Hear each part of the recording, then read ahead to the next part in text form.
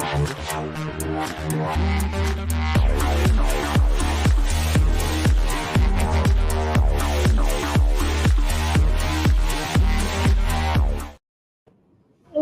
hello, everybody. This is another Friday night. Friday. 297 this week. Yes, episode. For a couple of us in the Midwest, it is very white outside. Very, very white outside. Actually, ironically, I'm actually, which didn't even plan it that way, but I'm going to be playing with snow on my Mills plate tonight. Maybe pulling out some stuff I purchased. How's Jesse tonight? Cold. We didn't get a lot of snow, but it's 15 degrees in my place. So that sucks. Larry, how's Larry tonight? I'm good. We're expecting some snow tonight. I think we're at a balmy 28. We are 31, but it's flurries. So let's say we got is it like 4 to 7 inches on Tuesday night. Wednesday night we got 1 to 3. Today we're supposed to get anywhere between 6 to 12, and that warning goes until noon tomorrow. So I mean, I shoveled earlier today. I have a nice windbreak, and I did take a picture of Mama Castle out there. Hey Mom, stand next to that snow pile. It kind of gives a idea. Oh, that's why you took that picture. She's shorter than I am, but it's like. Yeah, I was assuming that you stood there and watched her shovel all that snow. No. I had gotten home. She always gets out there. She went out again. Ma, shovel the driveway. No. She went out on her own again. I was like, it's just gonna keep snowing. I don't know why you go out. To me, it's like.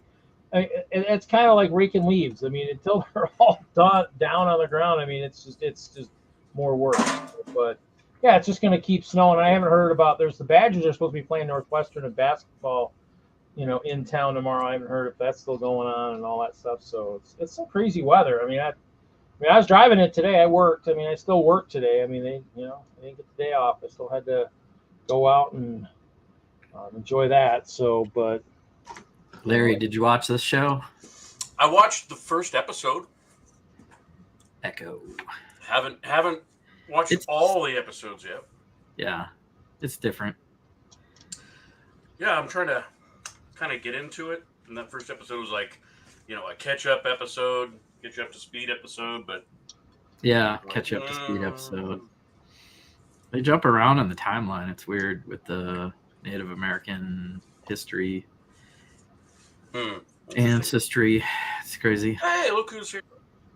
Did anybody find more sale Lego this week? I picked up Ahsoka's new ship. It was must have been a return at Costco for $45, normally $80. Well, I found more of these. These actually, let me go to the other screen. So I found these for $1. The series, or the series 8 glitter and shines. Found these for $1 today. So picked up some of those. These guys I found earlier in the week. They're marked at 7, but you got to use your Walmart app. This one, these were 3. The green was 4. The orange was 4. I picked up these because I wanted to play some of the parts in this one. It says 16. It was actually 9. I should take all those Mario sets and part them out. This one, I figured, I'd play with some, maybe play with that kind of scale. This, I think he was 3 or 4. And he was $9.50. So, Walmart, I guess.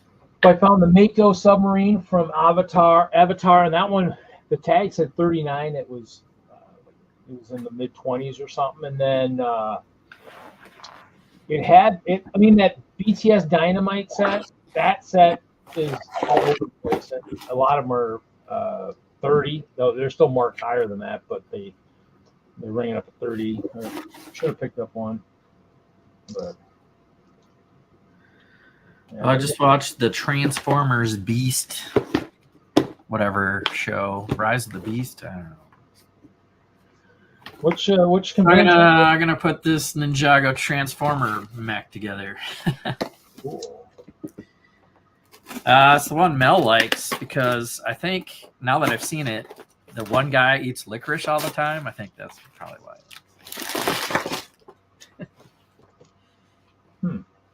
Nice. So, Mayo is preparing for a Lego convention week. Which Lego convention, man? Entertaining to know.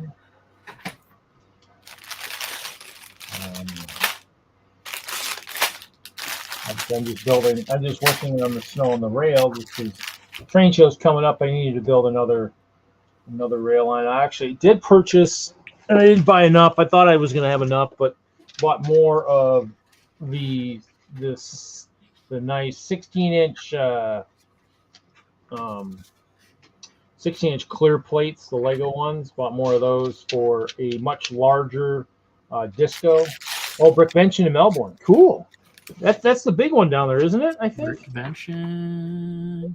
Marianne, I think, I've been down there a couple times.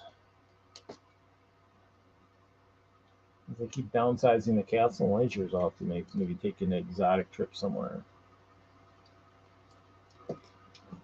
I've been sucked back into more gaming. I'm now playing the Lego Fortnite now. Kind of wandered away from the Minecraft for the time being and playing that. So.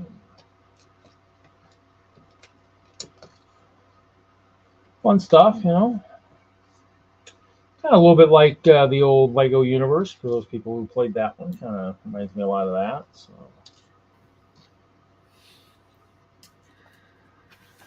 Yeah, I don't know how good that game's doing in the community. I mean, if you're, to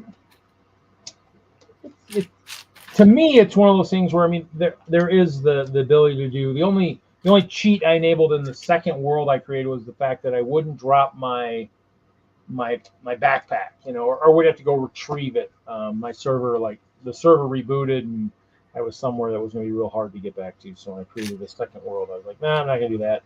Temperature still plays a part, but I wasn't going to get rid of that. It's fun. It's a game, Hack and slash, build. I mean, I got built a big fort, and earlier this evening, I actually made the fort a little bit bigger, and I was out getting newer resources and stuff like that. So that's kind of the fun stuff, If you like to play hack and slash games where you have the ability to build stuff, I wish I kind of had some of that ability back when I was playing like World of Warcraft and some of the other games I played over the years. If I had the ability to build stuff, like bases and stuff, that would have been pretty cool. So, hey Josh, welcome. So,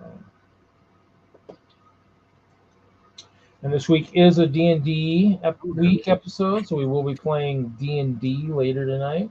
More experiences in the Doom Vault. Hopefully, it's Critical Bricks on Jesse's Brick Galaxy. And we do have the link in the chat, in the description, as always. I do like to make sure that, people can find it easily.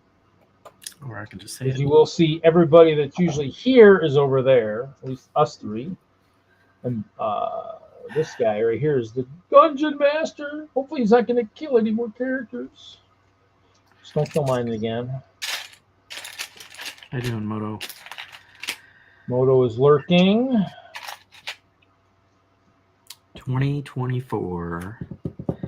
I'm still kind of slow on the go for the mock process, but yeah, I think we're all kind of like that. I actually started some, and I haven't quite gotten that far. Yeah, I got so many in the works. It's crazy. Yeah, that's how it is. I'm going to put some Lego away and get to work on that. Yeah. There's a couple like that. Not the best of temperature out in storage. Makes it a little tougher to.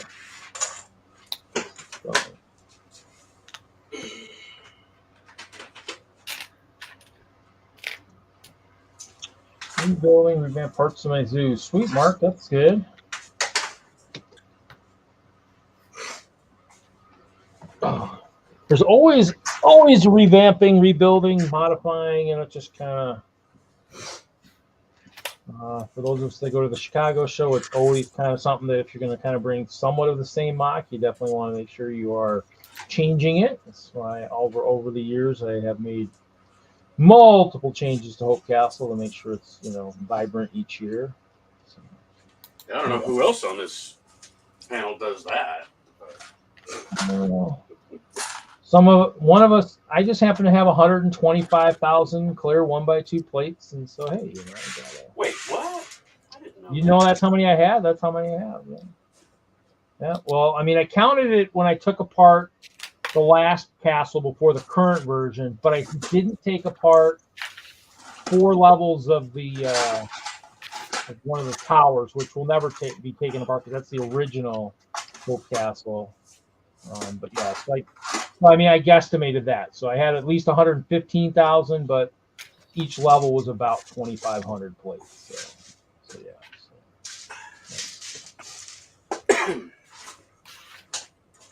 So I have to decide what to do with the next configuration, and I want to change it up for this next year and build a new version. So.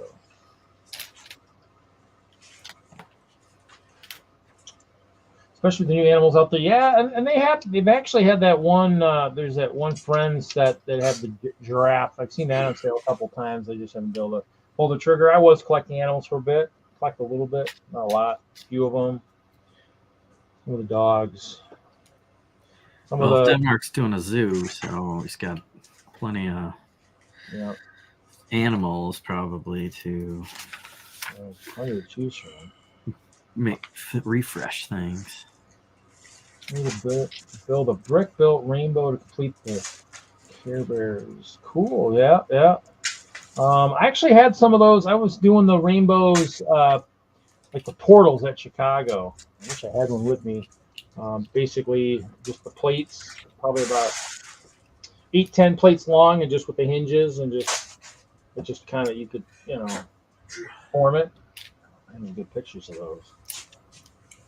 We always joked in some of our stuff about rainbows and portals, and being the fact that hey, it's you think there's a pot of gold at the end of the rainbow, but it's not. It's a portal. Just be careful if you open one side, something might come back through the other side. Let's see, Chicago had them.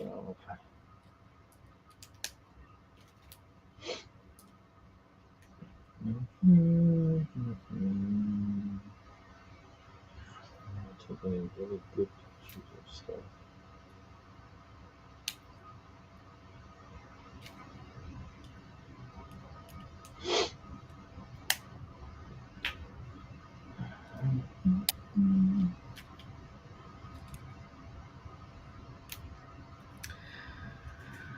Hey Zizu, how you doing?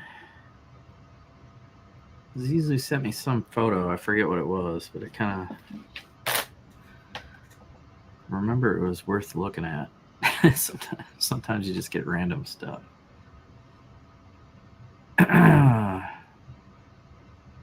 Oh, it was D&D stamps. I was going to share this with you guys. Check this out, Larry. U.S. Postal Service is adding these stamps. I can't make it bigger, but hold on, I can't really make it too much bigger, but there's D&D in it, right? Okay, I get the idea. You get the idea? Yeah, that's cool. Maybe if I take a picture of it. That was a good heads up, Zizu. Yep, so there you go. There you go, Mayo. So it's kind of it's just a plated rainbow. Just has the hinges, and then you can just kind of set it up. I mean, it's probably about eight plates each section, because I think the purple, I think had 2x8 purple plates at one point. So it's kind of, I have a bunch of those. I've actually changed it recently. I used the gold chains that were on the pickwick walls. And, oh, there we go. Hold on, I got you. I wonder if those are the official ones. They've got Dritz on there. They got the Lich on there. They got classic D&D kind of thing there. A lot of dragons. Nice. I'll have to get some of those. That'd be that might be a must. They announced it recently. Who knows when? Well, slap some on some Lego and send me some stamps.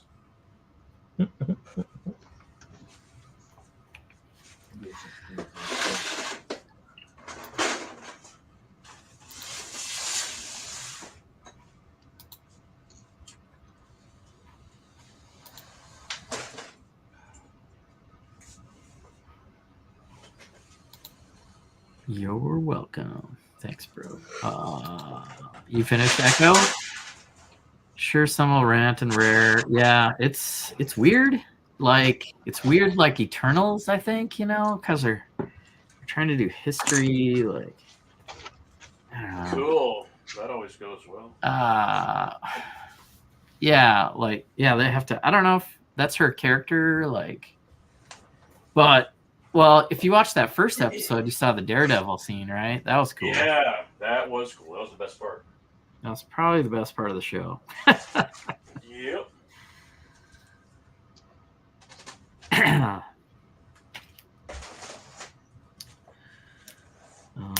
And then, no spoilers for the ending, but definitely has like a end credit to be continued storyline. Oh, there we go. What'd you think of What If? Yeah, watch that right away. Not as good as the first season, maybe. I don't, I would agree with that.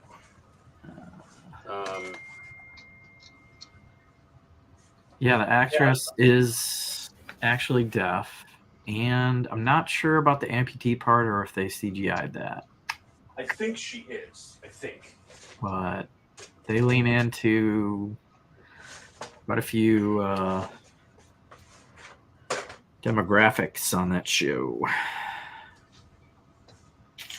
But yeah, What If seems like it's like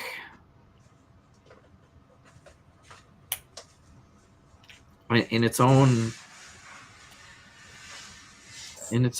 world.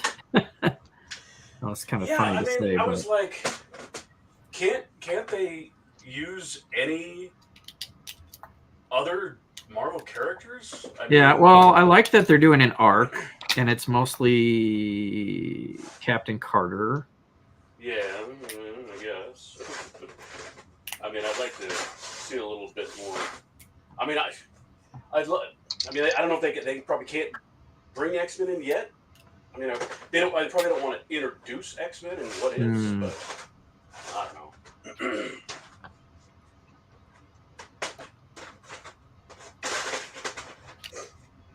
I think that's it's kind of like they kind of like redid the whole Doctor Strange being the bad guy. It's like, okay, well, we already done this. Yeah, he's. It's like he was. Well, he's a multiverse player. Yeah, but he went bad. He redeemed himself by coming to be the Guardians of the Multiverse, and now he's bad again for the same reason. That's just, I don't know. It's kind of weak writing in my opinion. It's so much more to work with, but they'd have to start introducing a lot more of our favorite characters. I mean, bring Fantastic Four, all the Spider-Man villains, and that'd be cool. But I don't know. Yeah, well, they want to probably save that, crowd reaction initial appearance. It's like comics, right? Well, the first appearance is actually the last page of this comic, so they don't get that in issue number 1. I feel like we're at Mike's house.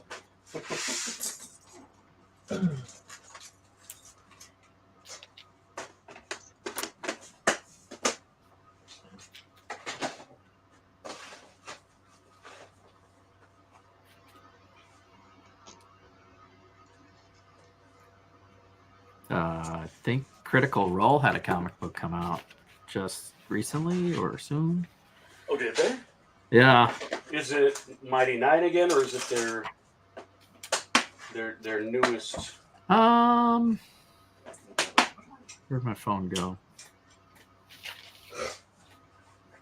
I don't know if it's something different even. Because I think they're definitely turning the page on D&D, but this. Yeah. Let's see if I go to.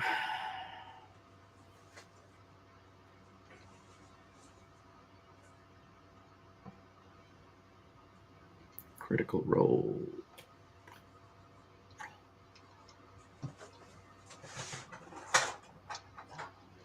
It's not even on there.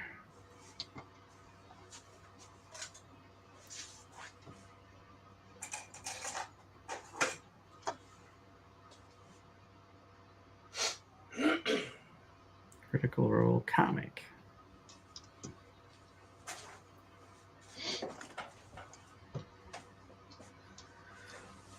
Maybe they've had stuff before. I'm not sure.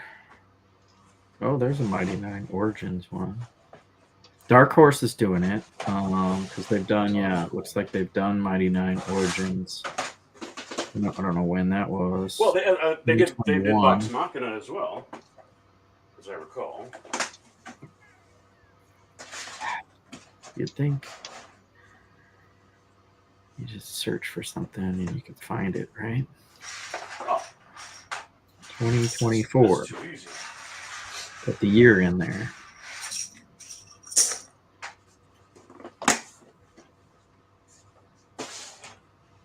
How does our collaboration turn up when I put that in and it's from somebody I don't even know? Weird. I'm not even following them.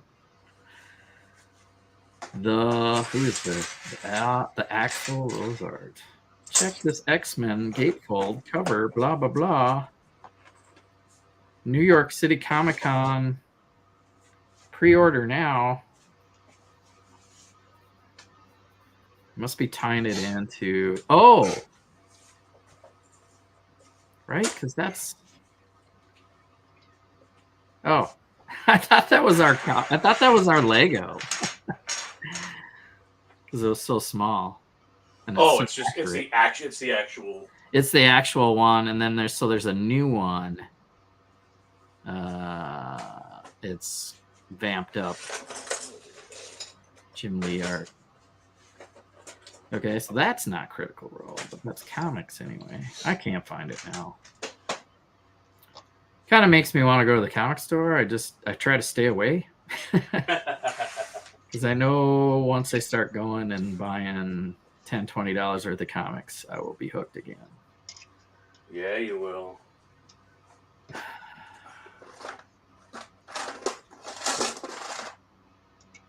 Critical Role comic 2024.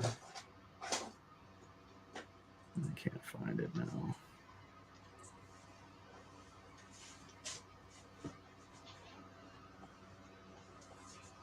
Well, anyway. Darn it. Yeah, if I go, I'll be out of control.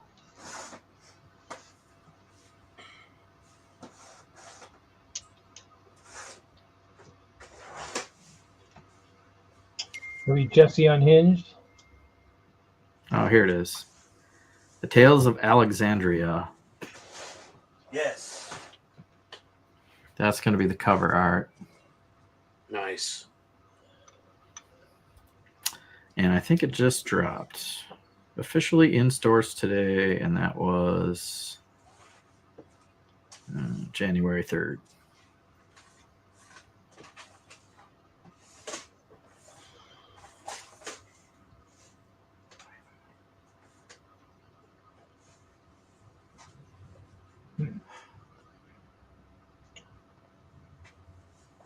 So, these are how many the new place was. Standard of living was worse. Size of Lego was better.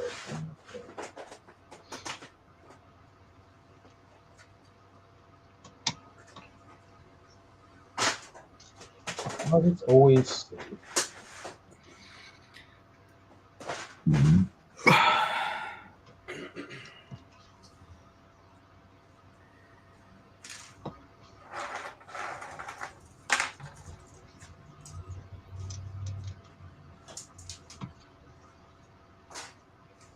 All right, I better get back to the set. It won't build itself. But once it's built, it should. It's a transformer. It's just be together. Maybe. Just needs the power, the juice from Cybertron or whatever.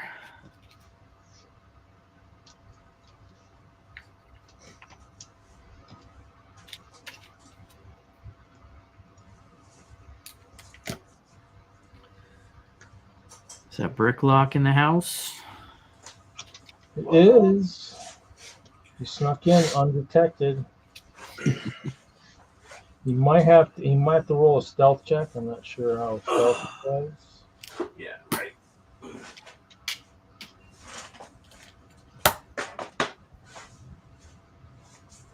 You might have detected him early.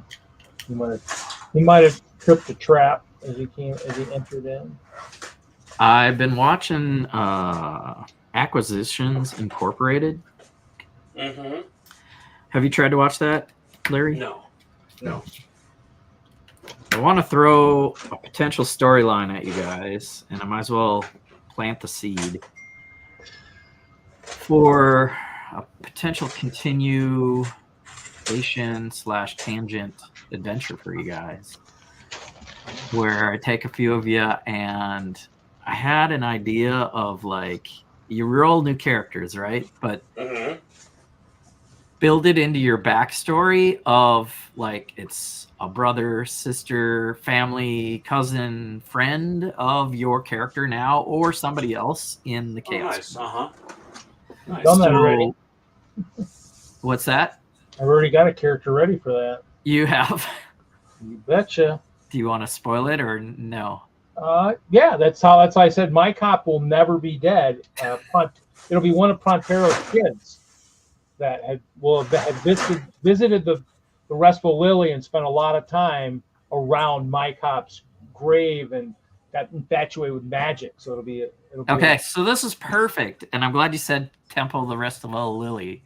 It all blends in together with Acquisitions Incorporated, which is basically a franchise campaign mode, so you can run the business, but you do it under you franchise out. You sell part of the ownership to this conglomerate industry, which they've been doing penny arcade PAX Unplugged shows with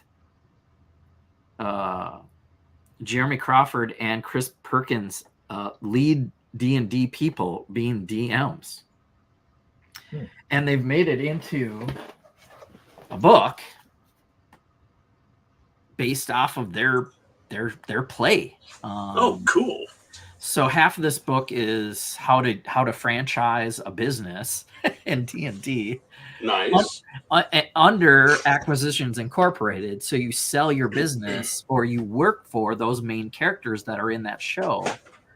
So that's crazy. My crazy thing would be that you guys, as your chaos crew, you keep adventuring and you're leaving the Temple of the Restful Lily. You need staff. So you franchise it out, right? Right. To Acquisitions Incorporated, and they help you run it, and you get bonuses. There's lots of boons and banes in here for running a business. And so the other half of this book is a campaign adventure, but it should be level 1 to 6 players. So if we start over and you play your children or your siblings or whatever you want, you play, and then we learn Acquisitions Incorporated NPCs and whatnot in the business round, and then it all ties in to those new characters going back to the Temple of the Restful Lily as a family business and franchising it to Acquisitions Incorporated. It's kind of complicated, but that's what makes it kind of awesome. And so then you can watch these shows just like we've watched, I want to say dozens and dozens, but it's probably over 100 or whatever episodes of Critical Role. Oh, right. So instead of watching Critical Role, you can watch Acquisitions Incorporated, which is D&D property run by people that are still making this kind of content. I mean, and you would get background on some of the NPCs by just watching them play. And Bricklock's already avoid the tax man. Yeah, it's all about you have to pay the franchise like a portion of your treasure.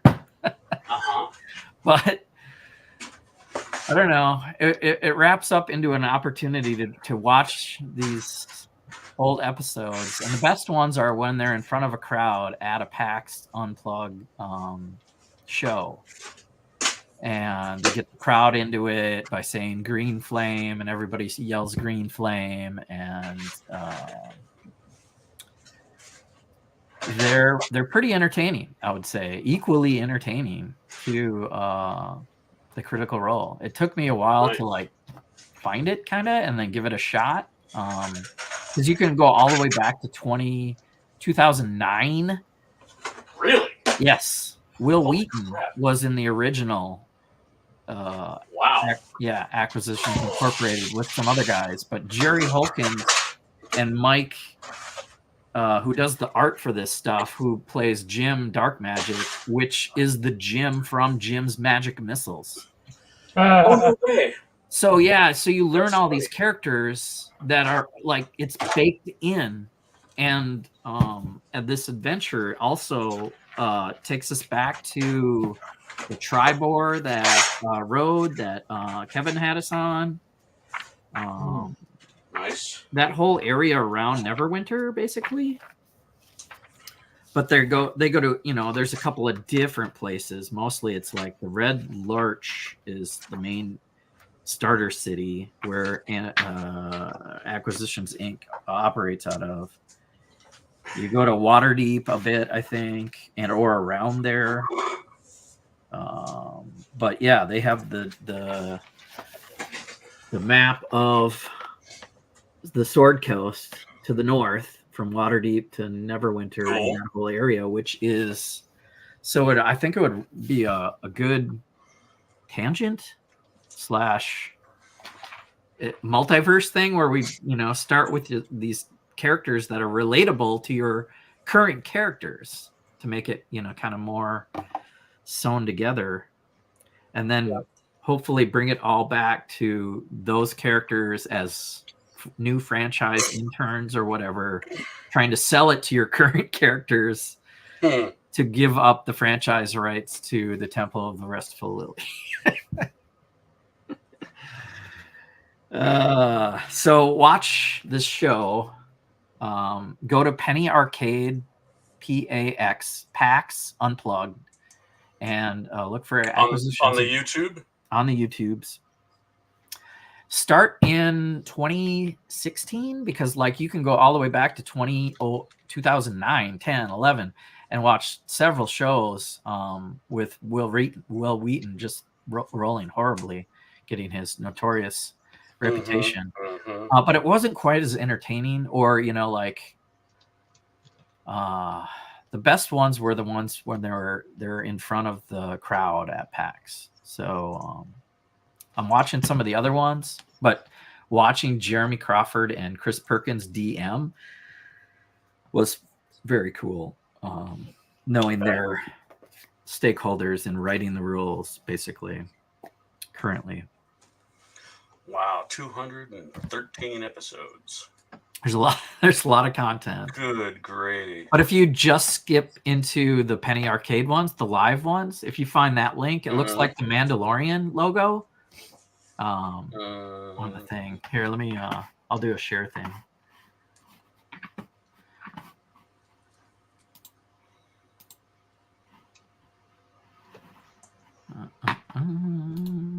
And I want to sell this to the rest of the team so that we feel better about starting over. Because you're just starting a tangent. So if you go to here, I think Penny Arcade Arcade, and then start looking at. You can watch Series 2, but I think the most entertaining one is the PAX. You have to go to, and they brew beer. They've been doing that for years and years, 6 years of Acquisitions Intoxicated. Oh my gosh, yeah. If you like them, to hear people talking about brewing beer, but it's too much for me. The series is 7 years ago where they started playing this thing with Will Wheaton. Let me see. That's not the one though. So I'd skip. Yeah, they don't own shows like. They have 200 episodes of Acquisitions Intoxicated alone. Yeah. Man, these guys crank some content. I don't want to hit that button. Penny Arcade. There were some guys at the Game Hole Con here in Madison that were like gaming and drinking too. Here's Acquisitions Incorporated. Cool. Here is, you want to see these live shows. Damn it, I don't know where they are. They're somewhere.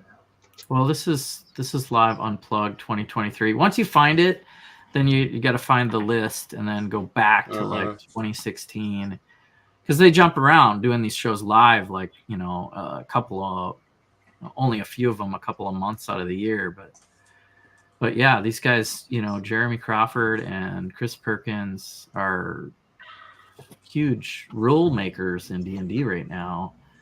Wow. So watching them, that's great. Have you watched? So there's a series of interviews that Chris Perkins does with each member of the cast of Critical Role, but this was probably pre-COVID. Yeah.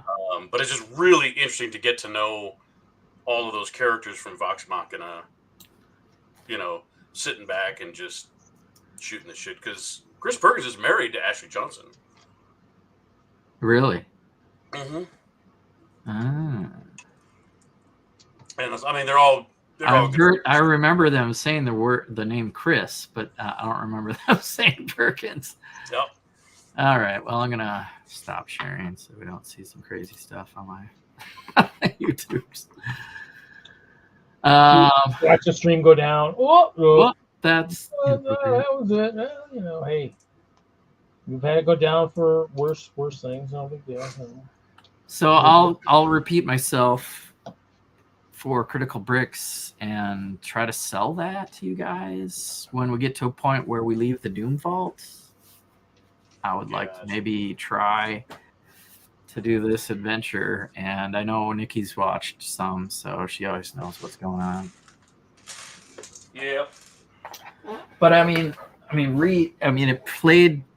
I mean, you were already trying to run that business, and I didn't really have the rules for it.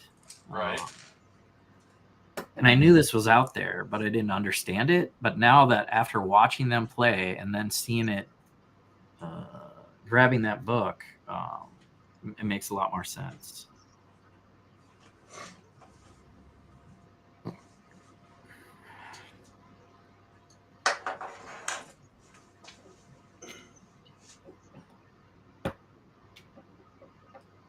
Anyway, I think it would add a layer to be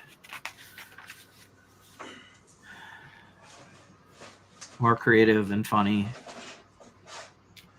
about the business instead of just slogging through a dungeon.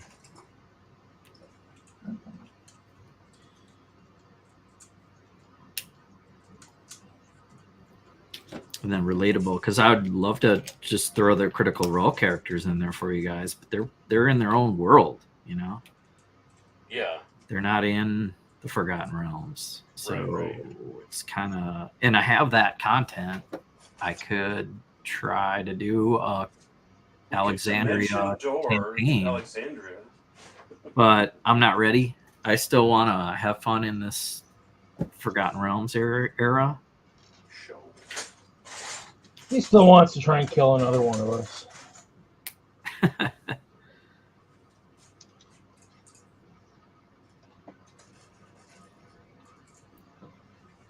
That's what I mean by going down. So what's up with this piece? Take a Technic, and this has a Technic pin on it, and I'm going to plug it in. And the other side is a bar with a ball joint. Oh, so crazy. The ball is farther away. Maybe it gives it more flexibility. Yeah. Yeah. So you've had ball joints before. So if you really want some movement, that's the way to go. Well, the only thing too is I think the ball joints on the ones with the cross, the hex, the X. I can't remember where the ball, because I thought they were on the ones with the cross, and now if they're just on a pin, the pin will spin too. So yeah, where I think the old one was the ball might have been on like maybe I don't remember.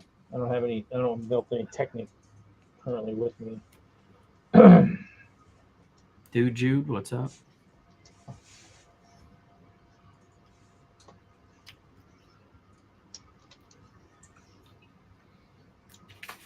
So this, I wonder, it looks like this will actually transform without taking it apart.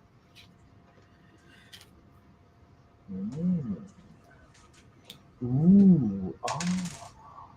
We'll see.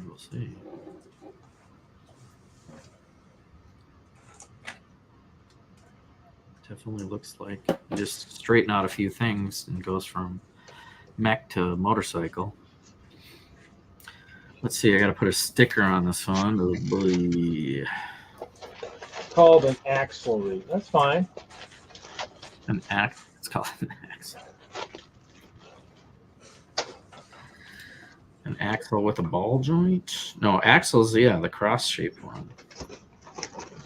That's done. I'll build this guy. Build this guy.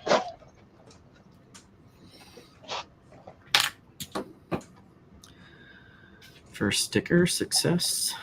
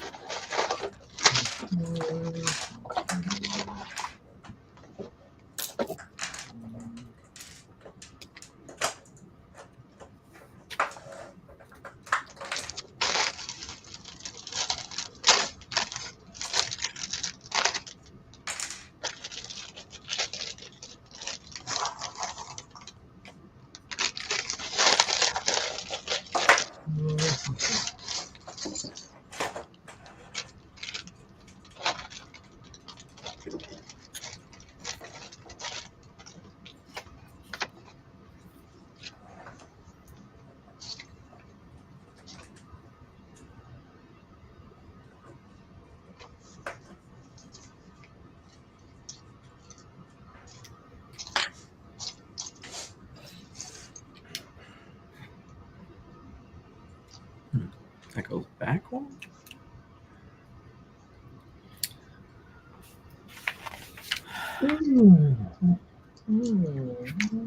Well, hope everyone's thoroughly entertained on our Friday Night Bricks content. Can't talk, thinking. That's the trouble with mock builders on a stream, right? I know, man. Can't really do both at the same time. We can try. We just aren't going to be very good at it. There you go. Are you not entertained? Well, you can always have,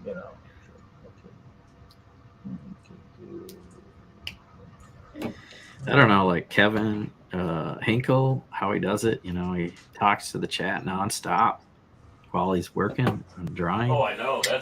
I don't know if I can do that. He's also got music playing in the background too. I just need to make myself a. You put them all together into one clip rather than a continuous clip, kind of like the videos.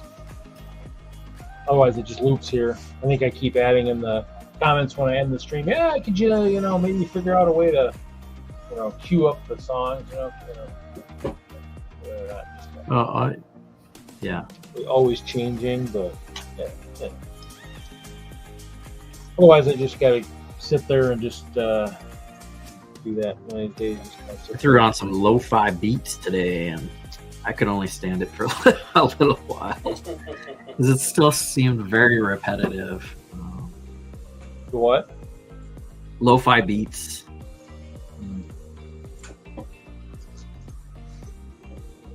It's like this electronic music, very arcade sounding. This is the stuff that I have here. From the Patreon, his is kind of the same kind of way for the most part too. So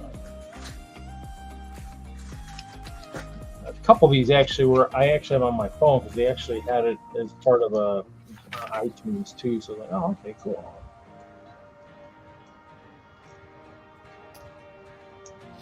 But I mean, I think I haven't downloaded any of his recent ones lately. I need to do that.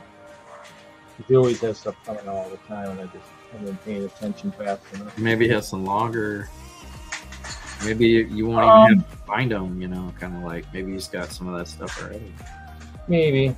I know you used to have. I mean, how are you playing it in the background? Couldn't you just have it on a playlist that goes from track to track?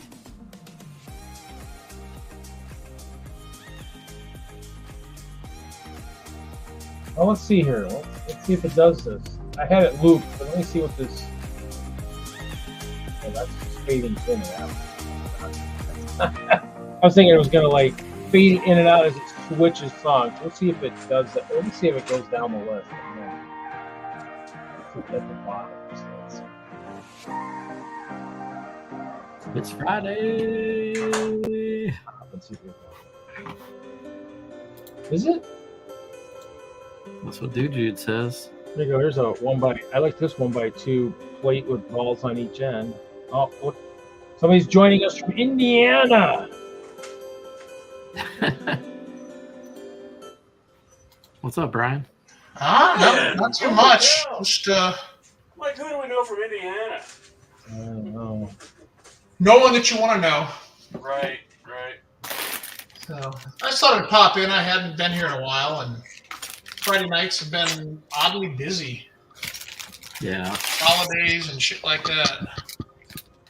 So I'm joining you from the kitchen computer. You're not outside shoveling snow? Did you guys get any snow down there? It was a little warm earlier today. We've only got probably an inch of snow, inch and a half of snow on the ground so far. It's still coming down, but we'll clean it up in the morning. It won't be too exciting. Yeah.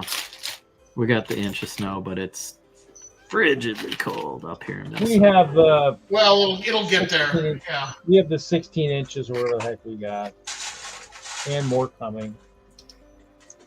I don't know if I'm still waiting to hear if we're playing basketball tomorrow because it's kind of weird that it's early in the morning and our winter warning goes till noon. So Badgers are supposed to play Northwestern in the morning, but I can't broadcast right now from my Lego room in that area because I have a secret build going on. Secret build? Secret. Yeah, I gotta It'll be unveiled at Brickworld Chicago. Yeah, nice. Oh, another one of those. Okay. It's my part of the Eurobricks build. Oh. So I guess I have a prototype ready for Chicago's show. Yeah, I've started mine, but I gotta get the ball rolling on the collab part.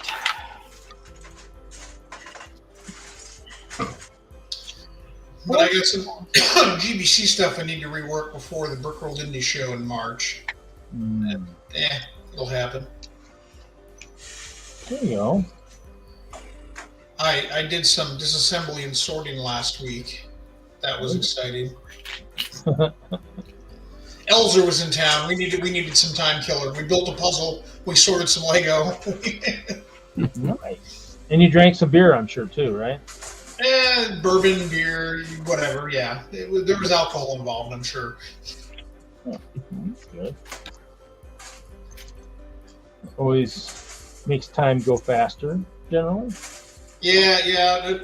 He was here for New Year's, and he came up from Cincinnati, and his wife was supposed to come down from her dad's in Kalamazoo, but some things happened up there, and she was unable to come down, so it was Brian and Kathy and I hanging out for New Year's and watching football then and blah, blah, blah. But we went out to dinner the 30th. We had a reservation already made, so we went ahead and went out without Martha, and we got to the restaurant, and I just said, hey, be nice to this guy. His wife dumped him for another man this week. Which was the truth. It was her father, but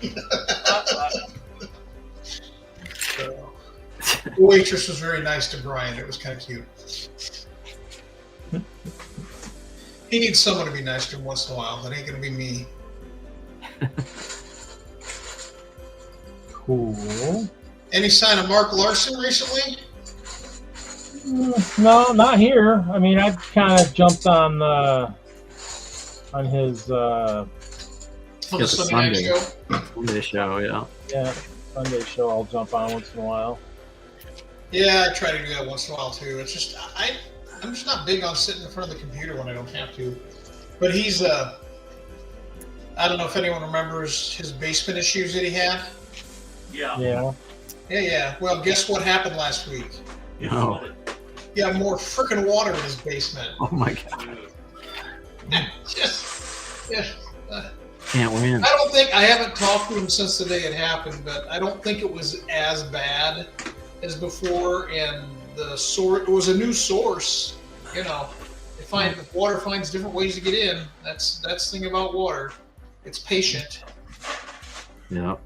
Yes. That's crazy. Larry, are you always building under the table, or is this just something? No, I'm just looking for parts. Oh, is that where you store your parts, under the table? Well, I've got this big table. I can move it all over the room, but I don't want to. So it's in the way. It's in the way. Nice. It's in the way. I was like sitting on that chair made it look like the table was almost a little bit too tall for you. Is that table just a taller table than normal, or do you do something else? It is raised up. It's like tall. Yeah, this is. Either that or you're sitting in a midget chair, one of the two. Sitting in the kitty chair. It's a 3-position table, and it's at the highest position. 3. Yeah, I got a 3-position bed, but whatever. Yeah. Cool.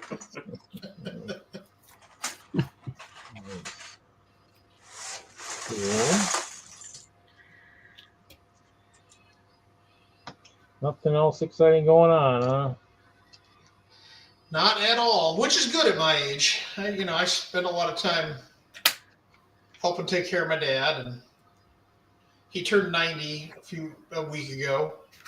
So he's getting up there, but still sharp as a tack. So that he has means that going for him. that means you're getting up there. Mm-hmm. It does indeed. Unfortunately, happens to the best of us. Well, fortunately, we haven't been able to stop that yet. So, aging will age.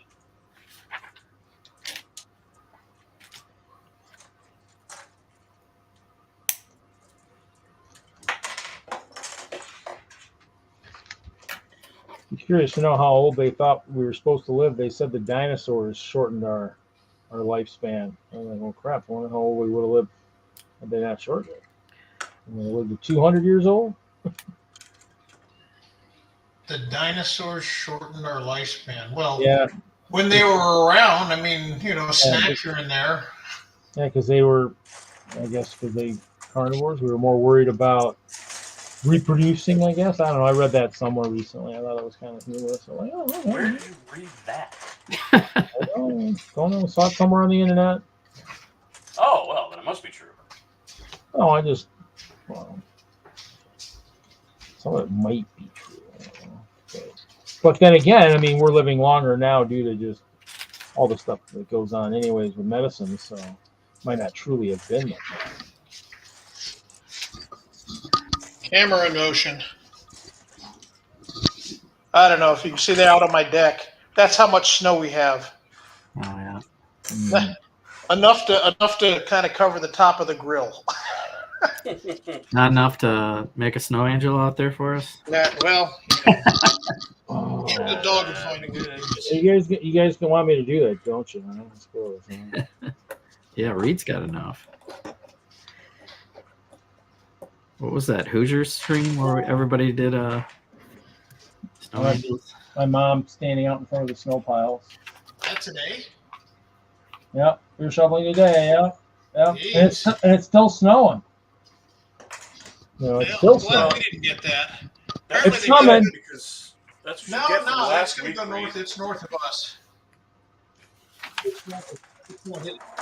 We've been talking about how We're just out of the snow belt. this year.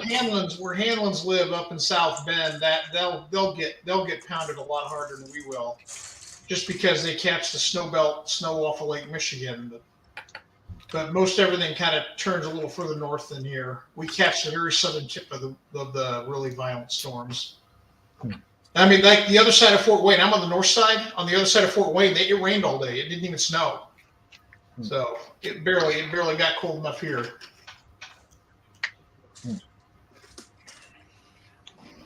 It snowed here. Yeah, I mean, it snowed a couple times this week. Yeah, I was driving it today.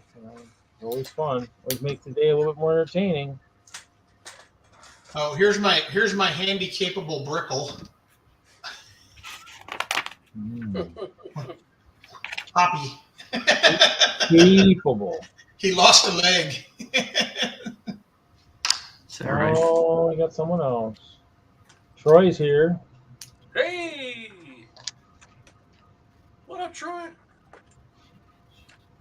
second, too big. Testing.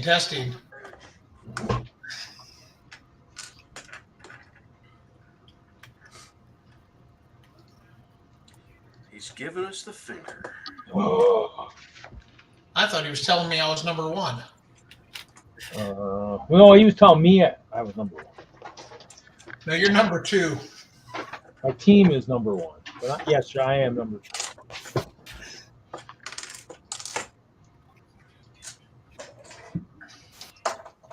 All right, some reveals.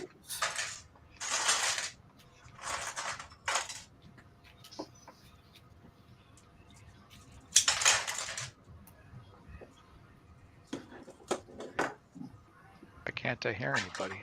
There you are. Hey, we can hear you now. Oh, now I can hear everybody. I came unprepared. So you fit in this crowd well. Yeah, right? And you guys are really low. Hold on a sec. We're low. How low can you go? There we go. Aren't we supposed to be talking about Lego or something? I don't know. Oh, that never happens. What's going on in the Lego world lately? I've been totally out of touch with everything. New sets. Lots of sale sets at Walmart. If you get lucky enough to find any good deals. I haven't bought sets in years. That's part of where I've got disconnected is I stopped paying attention to set stuff. So, I mean, I buy sale stuff once in a while. I don't buy a lot of stuff. I'm just waiting for the lug bulk stuff to get moving here. Well, yeah, that Right. too. All the sets that I want are like over $200 to $300 and over, you know. Right. So it's like you got to Right. save up for them. Yeah, it's kind of. Brian, you're in a new place, new spot. Oh yeah, new place in my house. Yes. Yeah. I was before you got on. I was saying I can't broadcast from my Lego room because I have my part of the Eurobricks build out on the table in there. So it's Oh, okay, our cool. secret build. I can't be there. Nice. He could show us, but then he'd have to kill us, and we'd have to wipe the show. We'd have to start over. So I've got a second computer. This is my old computer. It's from 2010. It's on a little desk in the corner of the kitchen just for when my father calls and needs me to remote into his computer. I don't have to always go down to the basement to get on my computer and remote into his. So I stole the camera off my wife's computer in her office and brought it over here tonight. Cool. Everybody's got one of those computers, you know. Yeah, I have 5 of them. Would you like one? on the cusp of being vintage. Yeah. This computer's from 2010, but it actually still works really well because I replaced the hard drive with an SSD, and I jacked the RAM up to like 12 gigabytes. So it still hums. Yeah, I got a laptop from 2015. Put an SSD in it, and it's like wow. If there's anyone that needs to speed up their computer, first thing you do, put an SSD in and put in more RAM, and it's a lot cheaper than buying a new computer, unless you're doing some real high intensity graphic processing and things like that. You don't need a better processor. You just need quicker access to make stuff happen. A 98 machine, and then if we want to really go back in time, I got this guy sitting right here. That a TRA Commodore. Those haven't deteriorated on you yet? Those 5 1/4 inch? No, I got a stack there, and I got a whole tub of them right there. No, they're good. I've got an original PlayStation in my basement. That's funny that you brought that up. I just hooked mine up. I had to buy a new receiver because mine took a crap. But I bought a composite to HDMI adapter, and I plugged my PlayStation in for the first time in I don't even know how many years. Composite to HDMI. Oh, I never really thought about that. Yeah. You wouldn't even have HDMI. It's in a box. I haven't used it. In fact, I've never used it. It was given to me by someone else who got a new PlayStation. He said, "Here, take my old crap and get it out of my house." I was like, "Great." So it sits in my back closet. If it's worth anything, I'll sell it. Maybe. I thought the PS2 just played the Hot Shots golf. So. Yeah, this is the original one I had from my childhood. So. Okay, PlayStation was not when I was a kid. Atari and Odyssey 2 were. So. Yeah, I guess you could say Nintendo and Genesis were my childhood. We had the original Pong game at my house. So. Oh, there you go. Yeah. Atari when I was young, and then that Commodore when I was in high school. Yep. Yeah, my younger brother had a Commodore. He burned through it and got a new one. And then that 486 was probably one of my first computers of some sorts. Probably my first computer was an AST 286 Premium. It had a 40 megabyte hard drive and 1 megabyte of RAM. Yep. Very impressive. Yeah, we had a 386 in our household. That was our first PC. I mean, it's wild on how it goes. I mean, I still have all my floppies, my DOS 6.1 floppies, my Windows. I still have all those old stuff. I've still got I've got a zip drive that plugs into a USB port. Man. I got the rolling ball somewhere that I was using with my my older computers to play like Golden Tee Golf on the computer and one of the other. What was the alternate to zip drive? I can't remember what it was called. There was another competitor to zip drive. Oh, I've got one of those too. Shoot, now I'm trying to remember what it was. It held 230 megabytes versus 100 megabytes. Yeah, it was like, whoa. Yeah, I have 2 of those drives. I have 2 of those drives in my basement. One that plugs onto a parallel port, and one that plugs into an actual computer card port. So that's what I used to use when we had computers at work. I would actually just do my work and keep it on one of those because it was like a hard drive platter. I could take work home with me by just carrying home the disk as opposed to taking a computer and just plug it into the second drive at home. That was the early 90s. That's a long time ago. I know. The first computer I think I ever used was the one that they had in the library at the middle school that you took the phone off and you put it in, and it was the ones that went off the printer. So it was like It's playing like Oregon Trail, and it would just crap. Jesse, that's a piece I haven't seen before. Yeah, I always, every time I open a set, now it's like 1 or 2. So it's an inverted tile, 2x2, 2x4. 2x4. 2x4. Wow, Wow. 2x4. Huh. 2x4, Wow. you could really lock your I haven't stuff seen together. that yet.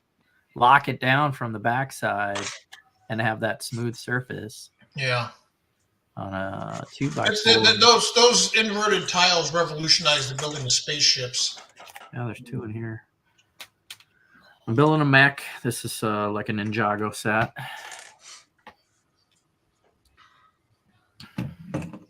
Oh, look at this. Oh, I don't know. I mean, I thought we just always used to just say butt chop, butt chop, butt chop, and he'd just show up. But you know, maybe it is a little bit more in depth these days. You know.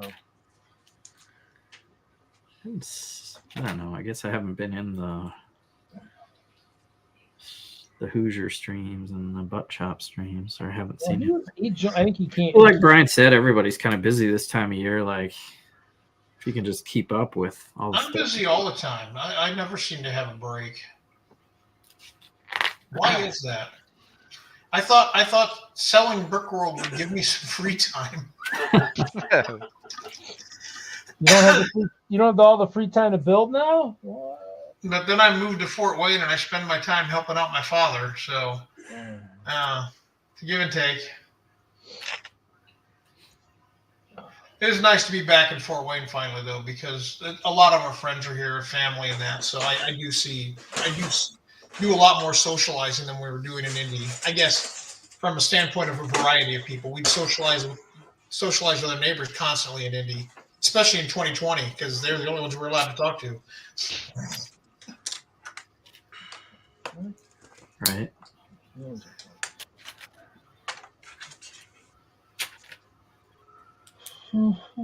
Jude says super disc. I don't know if that's it, but No, that's not it. All right, now you really got me thinking. I was looking it up, but I couldn't find it. All right, I will run down to the basement and get that answer because it's bugging me too. You'll have the actual. Wow. I mean, I'm in the basement. I mean, I can reach into the cabinets and pull out old toys, you know, from circa the 1960s. Hey, it's not that kind of show. Yeah, I'm talking like, you know, before I got into Lego. Before I had lots of Lego. Super disc? I guess it is super. Maybe it is super disc. I don't know.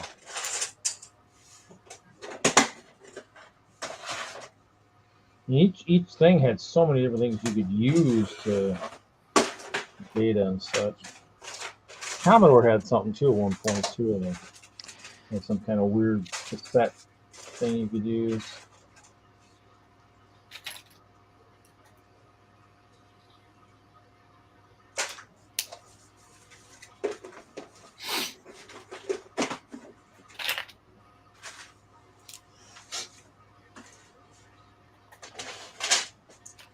Anybody pick up the gift with purchase? Retro. What is it? I heard it was like food truck. No. Oh, I got the food. I got the hot dog truck. The hot dog. Is that what you meant? Now, if I snap my fingers, do I lose half the panel and half the viewers? Because I really don't want to do that then. The light blue one. Offers. Yeah, that's still the offer right now. Oh, I got it like up in the backlog already. Just try to like shuffle things around so I can leave the next 2 dungeon chambers open for you guys. Oh man. I got keeps you busy. 3 base plates reconfigured. How do you feel being back in the DM position now?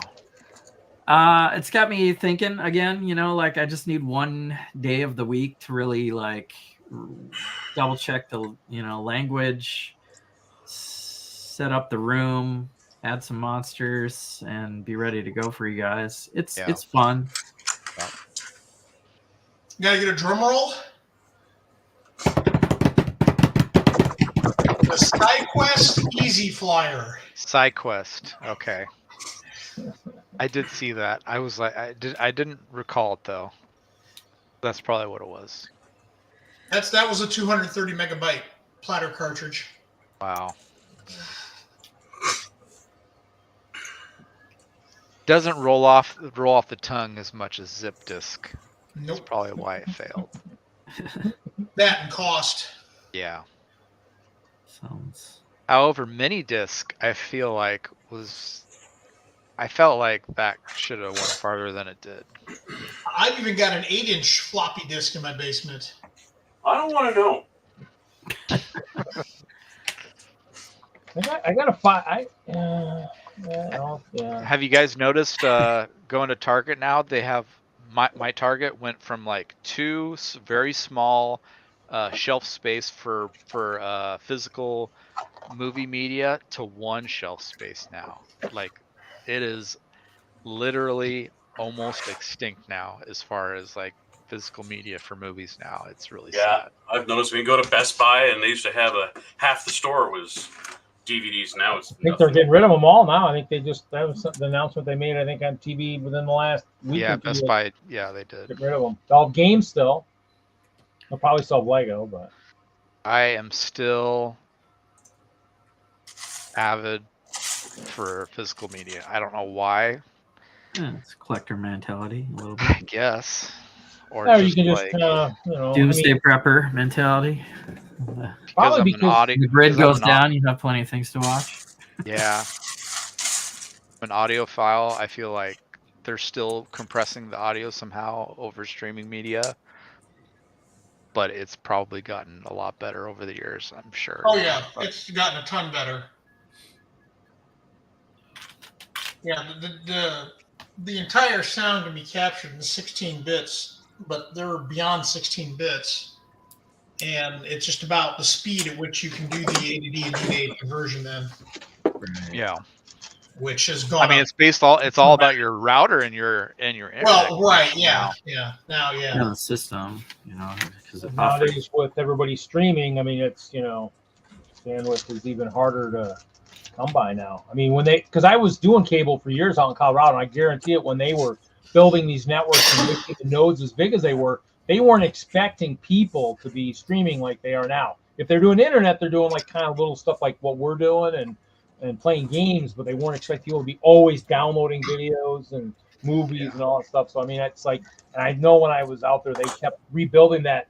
They kept making the nodes smaller and smaller. I know, I think Quest was going to fiber to the house. I know Comcast hadn't done that yet, but I mean, that's maybe the future at some point. Having glass to the house. That's what I have. You have I just have the regular. Fiber? You got fiber going into your house? Yeah, fiber to the house. Wow. I have fiber to the house here and in Indianapolis when I was down there. Wow.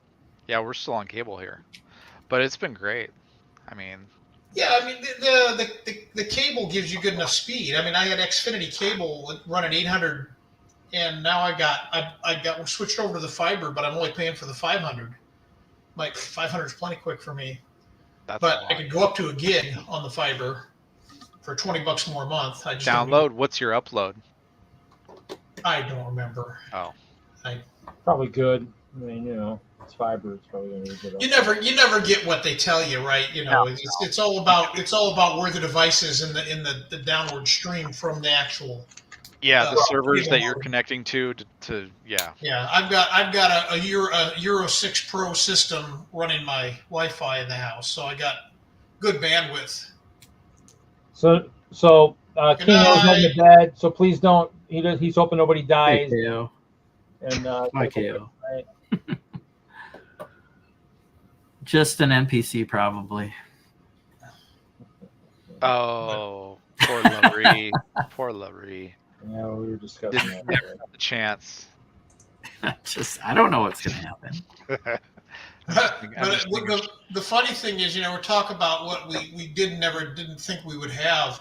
On an average day, I've got 32 devices connected to my Wi-Fi in my house. Dang. Jeez. That's a lot. Yeah, well, 10 of them are light bulbs. So. Yeah. You got those plugins for the electric blanket. You got a handful of those. And then 3 computers, 2 phones, 2 tablets, 3 TVs. Oh wait, no, I'm sorry. 2 TVs, 2 Amazon Fire Sticks. Jeez. It just starts to add up. It's amazing how much crap you have attached to your Wi-Fi. Yeah. My home generator is hooked through the Wi-Fi. Cool. Printer. I don't know. How many watts can your generator handle? Oh, it's a 24 kilowatt. It's enough to run the house. It's about 70 amps. Cool. That's nice. Yeah, I'm not where we usually have a lot of power issues, but something just told me that it's time to be prepared for the whole world to have power issues. So is it gasoline, propane? It's a natural gas. Natural gas. gas. Natural Okay. gas in the house too. Cool. That's nice. Yeah, I was surprised the propane ones. We're looking at that. You know, a 500-gallon propane tank will run the generator for 1 week, basically. Yeah. So doesn't last long. I had a coworker who like did the whole 9 yards with installing like a legit like household generator with a propane tank built in like underground and in his backyard, and yeah, he loved it. He was You know, when it comes in handy, it'll come in handy. To me, it's the biggest thing is if the power goes out and I'm not here, the sump pump will keep running in the basement. Yeah. You got a transfer switch. Backup putt. You got a transfer switch. I've got a fun house. I have 2 transfer switches. Oh wow! Because I have 2 200-amp services coming into the house. Oh, okay. Because when they built this house, they decided to be really cool and put in a lot of breakers, so everything's on its own fucking breaker. Hey, that's better than like it all being on one breaker. I could run off of one panel, and we actually debated going down to one transfer switch, and we only had to move 7 circuits across to the other panel, and we could have just run on one transfer switch. So I was like, then I can't just say it's a whole house generator. But I have things shut off, like I have a gas cooktop, but they also wired it for an electric cooktop in case you ever wanted to have that. So that breaker's off. There's 50 amps. They've got a hot tub breaker. I don't have a hot tub, so there's 50 amps. I've got something else that's a 30-amp breaker that's shut off. It's like, you know, bam, bam, bam, and you're down 100 amps on what they've got wired up, and it's just like, and if I have an actual power outage, I don't think I need to worry about having a hot tub run or whatever. Yeah. Better to have more capacity than not enough, though. Yeah, exactly. And it's nice the way they broke all the breakers up when they built the house. So, yeah, I don't think I'm going to see anybody jump in the heart-shaped jacuzzi if the power goes out here at this house. So. I never want to see anyone jumping in your heart-shaped jacuzzi. Okay. Hey, my parents when I moved out, my parents like took the one downstairs bathroom and the dining room and kind of made the bathroom bigger and kind of made that turn into a hallway. They put a heart-shaped jacuzzi in there, and then one of the bedrooms became the dining room, and one of the bedrooms became a den, computer den. And those have that room has 2 386 computers with CRTs hooked to them, and then I don't know. Is your life the story that they based the movie Failure to Launch on? I don't know. I don't think I've seen that movie, but you know. Hey. Oh, seriously? Oh my God! But Kathy Bates and Terry Bradshaw play Matthew McConaughey's parents, and he's enjoying living at home, and he's late 20s or whatever, and they want him to move out. So, they hire some girl to lure him away, basically. And as soon as they get him out of the house, Terry Bradshaw turns his room into his man cave. So you walk in, and Terry Bradshaw's got a leather recliner and a fish tank, and he likes to sit in there naked.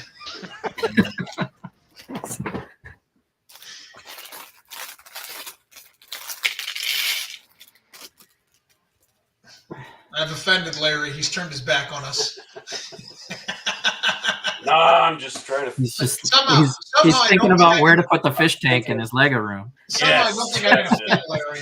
I'm looking around going, there ain't no way I'm getting a fish tank in this room. In fact, I was thinking about taking my TV out because I hardly ever watch it or play on it or anything. But it's always fun when it's on, and it, it gives us a chance to get maybe a copyright strike on the show. Yeah, right. Maybe I'll we'll live stream like an Avalanche game or something and really piss some people off. Yeah. No. Yeah, like we could actually see it on that TV. Uh-huh. Did I just see someone say Reed was conceived in the hot tub? No. Well, unfortunately, that hot tub was only circa the 1980s, and I am much older than that. So.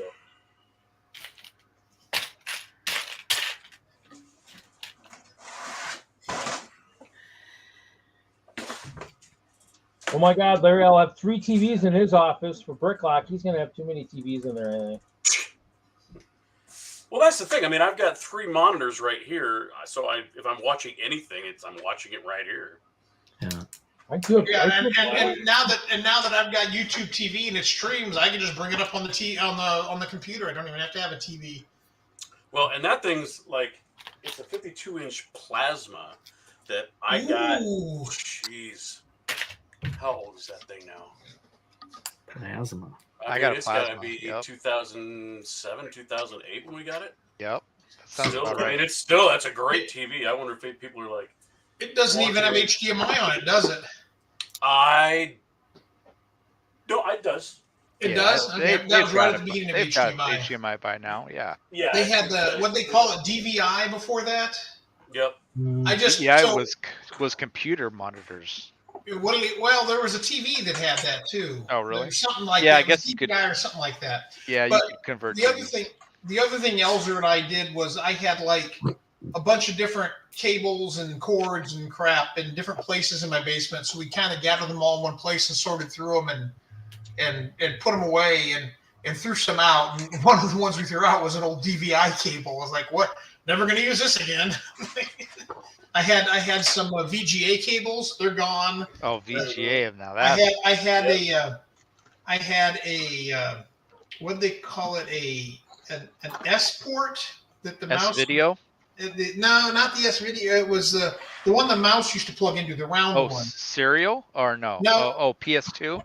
PS2. We had a PS2 to serial converter. That was going to be useful.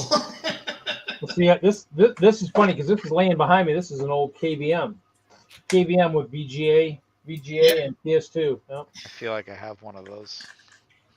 I used to. I'm sure it's in the trash now. We threw out a whole bunch of crap.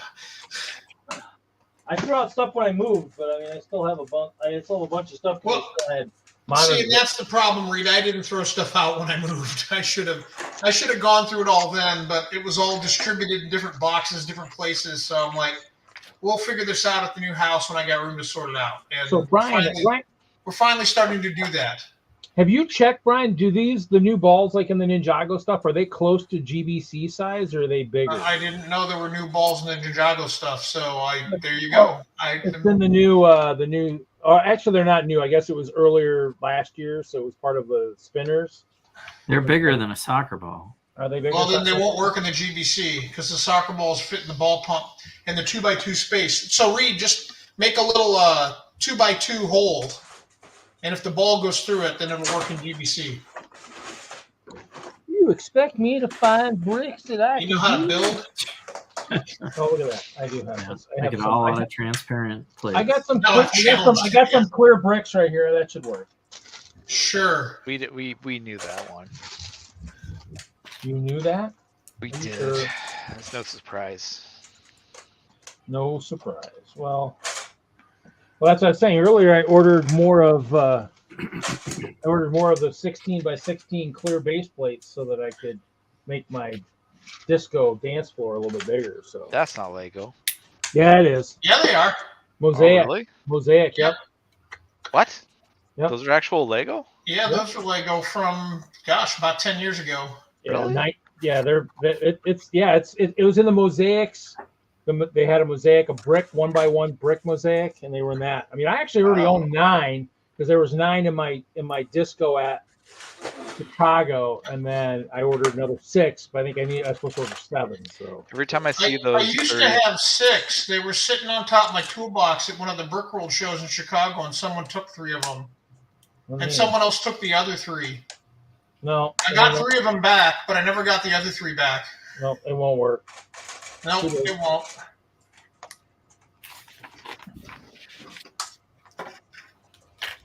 I guess every time I see them, they're off brand.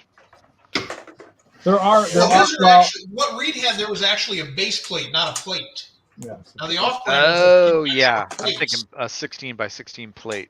I haven't seen a 16 by 16 clear plate. I've got 32 by 32 clear plates. I think that one company's starting to make them. Which is funny is now Bricks and Minifigs now puts the BAM logo now on the studs. So now I gotta make sure I have my reading glasses when I'm looking at stuff going. Oh, okay. Bricks and Minifigs is making elements. Well, or they're having someone put their logo on stuff, because now they're interesting corporate or whatever. So because I was in there the one day and I was looking at their base at the plates, and they had they put the BAM like BAM logo, BAM on the stuff. And like, someone needs to open a BAM store here in Fort Wayne. Then I can go work there part time. Why don't you open it? And I don't need that kind of headache. That would defeat the purpose of part time. That would defeat the purpose of being done and retired. No, Reed doesn't have any clear bricks. You're imagining things. They're all clear plates. I could always use more of those. But, Clear bricks are too easy. Yeah. Well, actually, somebody built something for a show recently, and I wish I could remember what it was. I saw on Facebook, and he's like, "Yeah, it was inspired by your castle." I mean, everything was translucent, and I was like, "Wow, that's pretty cool." I mean, if I'm inspiring, that's the goal, We'll inspire somebody, Play with clear. That's what you're inspiring him to do. If you're inspiring him to commit Harry Carey, then that's probably not a good inspiration. Well, they are playing with translucent, so it could be close to Harry Carey. So.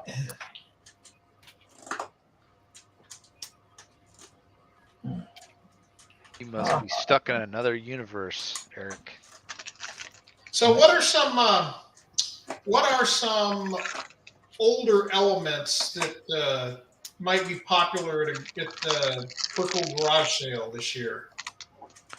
See if I got stuff lying around I can pack up to take up there for that. Sand red color. Sand red. I don't have sand red. That is an old one. You thinking just bring in some bags of loose brick that people want? Well, I brought specific elements last year and sold them, and they were good. They were sorted bags. Like I brought a gallon bag full of 1x1 trans yellow dots. A gallon bag. That was a lot of them. Goats, goats. I only have 2 goats. One's real, one's a knockoff. And an overload of goats this year. It'd be interesting to see if those show up on like the lug bulk or something. We'll see. Right. Since they don't have spots or anything, I guess we'll see. It might be easier to make. Won't have to do any printing on it. I guess we'll see. I don't know. I mean, there's a couple panels I'm hoping will show up, and yes, they are translucent. What panels, Reed? I want to see if they have the 1x6. I think it's the 1x6x5 trans sparkle purple, but it's the one where it fits down. And I think it's in. They've had it in different other sets in different colors. Oh, you lost me at trans sparkle purple. I know, but I have a bunch of 5x6x1 trans clear and trans blue. Well, yeah. Well, they have the new purple, like in the new space sets, is actually like a. It's actually like a. It's a weird purple. It's like a smoky type kind of bluish purple. Yeah. So. I might bring another 50 of my 8x8 trans blue plates. because they sell for 10, 12 bucks a piece. Those what? Oh, the light blue ones. Yeah. Yeah, I have a few of those. I know. Well, I sold 50 of them. 50 of them last year. I had 600. I had almost triple the entire available stock on BrickLink. Jeez. Well, I happened to buy them in a bulk order from Lego back in like 2007 or 8 to build my airport because I was doing a big water scene around the airport. Yeah. And I wanted it slightly elevated so I could put stuff under it and in it, make it look like it's actually in the water. And it worked real great, but I'm never going to make that big of a flat water scene again. We used a bunch of them again when we did the Princess Bride display at Chicago. Virtually. I'm so sad I missed that. Yeah, Dwayne Hess out in Colorado, who worked for Lego Universe, also had a lot of those because I think that project was right about that time, and he had. But because I borrowed some for one of my translucent projects I did that I needed some up the edges, and so I borrowed them, returned them. But yeah, then I sold off 600 burps. I've still got 300 and some left. I bought a bunch of those to do the Princess Bride display because I did the whole facade out of burps on the front side, and that facade was what, 5 base plates by I don't know, 3.5 feet tall. So, I kind of like a lot of facade. I like the corner one that was in like the Mako submarine from Avatar, that the new corner burp type thing looks kind of cool. But I didn't like, if it's the one I'm thinking of, I didn't like them. They didn't actually, with the mountaintop pieces you're talking about? Kind of, but it's not like the old ones. It's like a corner, but it looked like it had a lot more studs available. Okay. I didn't open the set. I just saw it in, just in the parts list on BrickLink, but because that was a set that I saw cheap, and I mean, it's just like, so I don't know. I mean, I need to build my mock for this year's Chicago, and I started it, but I mean, it needs 32 bricks of elevation, so from one level to the next. So I have to figure out how to do it. I have lots of burps and all that stuff too, and lots of panels, but it's always interesting to see in terms of the texturing and making it look somewhat realistic. So and support what's above it. So. What's the surface supposed to be representing? Rock? Probably rock, most likely underneath because it's underground. So the coolest rock face I came up with was actually a studs out rock face. I think that's the one that Larry kind of was working with on one of I used 1x2, 1x3, and 1x4 roof slopes on it, and just kind of mingled them all together, going in and out. Made a nice looking rock face going up. I think so. Chop, you've got the dimensions. I know I gave it to you at one point, something like that. I have to look again. I can look at my image, but something like that. But yeah. I had that was 90. Yeah. So the Princess Bride highest elevation I built was 96 studs up, because I had that studs out wall next to it. So 30 inches high. Is that what was that? The mountain that he scaled, or what? What? Yeah. Yeah, the Cliffs of Insanity went up like that, and then I had the castle at the top, and then it dropped down an elevation to where they had the rock fight, and then dropped down another elevation to where they had the Battle of Wits, and then I had the hill that rolled all the way down into the fire swamp. Nice. So I had a massive. That was all you? Yeah. Wow. I always enjoyed those years where we had the castle at the wall, where we had those huge walls of snow and ice. Those were actually, I was next to the one guy. I think Texas had built that the one year. I was next to him, his midway setup, and then that. We were Daniel or Matthew Green. Is that who you're talking about? Maybe 2016, because we were both nominated for best building, and that was the year the Polish bank was there. And I walked to him and said, "We're not winning. The bank in the back is winning that best large building. We're running." Oh, that wasn't the bank. No, the post office. No, the big Polish bank that was kind of like a. It was like a. It was a post office, not a bank. Was it? Yeah, it was a post office. Yeah, and it did win. Yeah.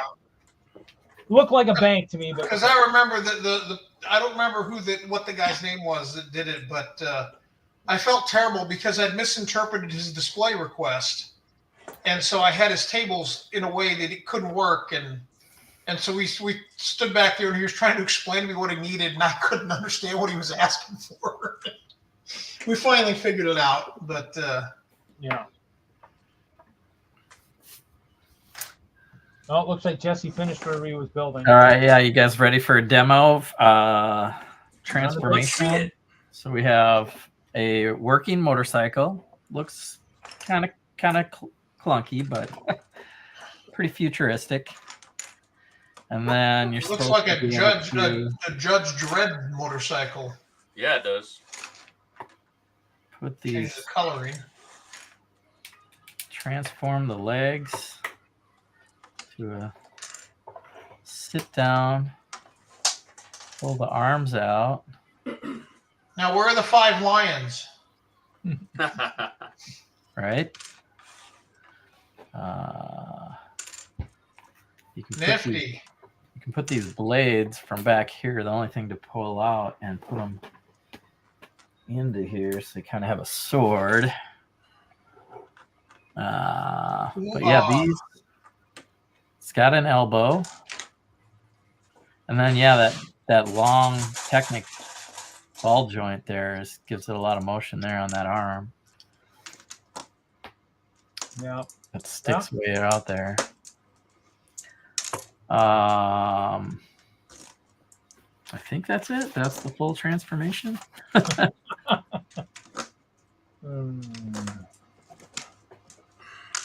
Easy bit of fact. All right. Voila. Still looks like a motorcycle with legs and arms. Yeah. They could have probably done something to tip that bike piece down, but yeah, or pull it off maybe. Yeah. Looks all right. That's a Lego set?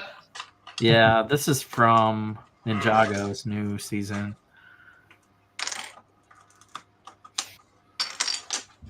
There it is. Woohoo! These come out too. Oh yeah, there. Oh, well, that makes it all. There we go. There. Yeah. Oh. Wait, more. Then there's more. Oh yeah, these come up. Oh, these come out so that these can go up. And then you've got that. There we go. Exo Squad. Yep, you're right, Butt Chop. It's an Exo Squad. With the signs up there, yeah. That's not bad. And the big part is you get a little dragon with that one. That's why you bought it.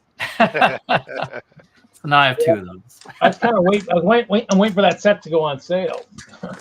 So, yeah.